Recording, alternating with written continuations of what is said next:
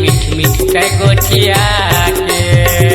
मोहनी खवाए मोला मोहनी खवाए मोला दीवानी बना के। पैहा बनाए वो पगला बनाए मीठ मीठ के गोठिया के। वही बनाए रे पगली बनाए मीठ मीठ ते गोठिया के।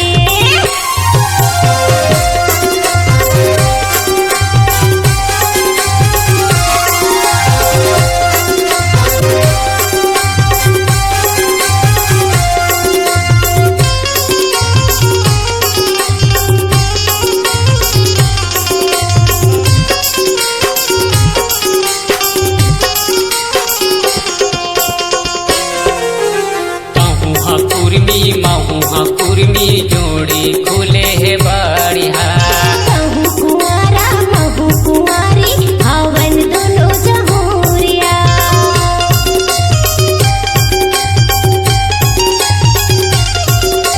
महू कुर्मी जोड़ी खुले है बढ़िया। महू कुंवारी महू कुंवारा हवन दोनों जहूरिया।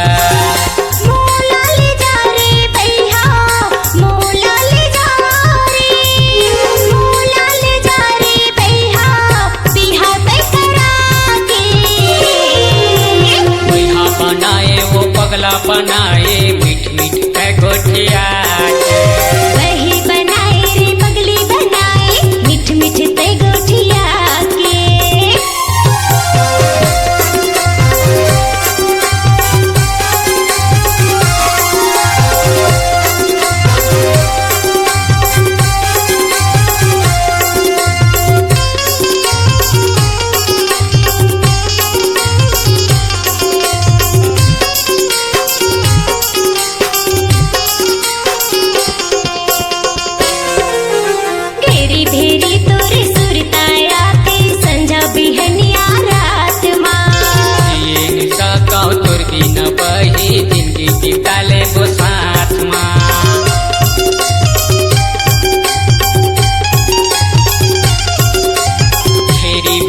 तोर सुरताया थे संझा बिहनिया रात माँ। जीन सको तोर बिना बैहा जिंदगी बिता ले साथ माँ। दगा झनी देवे मोला दगा झनी देवे ओ दगा झनी देवे मोला मायाला बढ़ा के। वही बनाए रे पगली बनाए मीठ मीठ ते गोठिया के।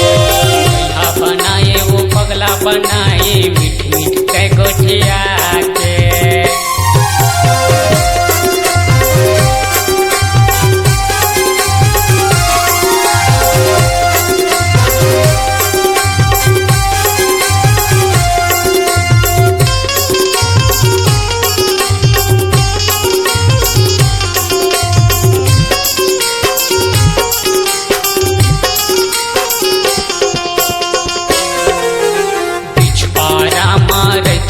जो ही फंसे हलिन के छामा।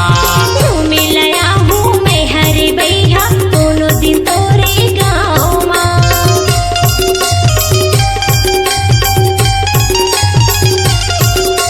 घूमे लया हूँ मैं हरे भैया दोनों दिन तोरे गाँव माँ। पिछवाड़ा मार थोर जो ही फंसे हलिन के छामा। राम अवतार कैथे मोला राम अवतार कैथे ओ राम अवतार कैथे मोला रहिया खैरा गाँव के। वही बनाए रे पगली बनाए मीठ मीठ ते गोठिया के। पैहा बनाए वो पगला बनाए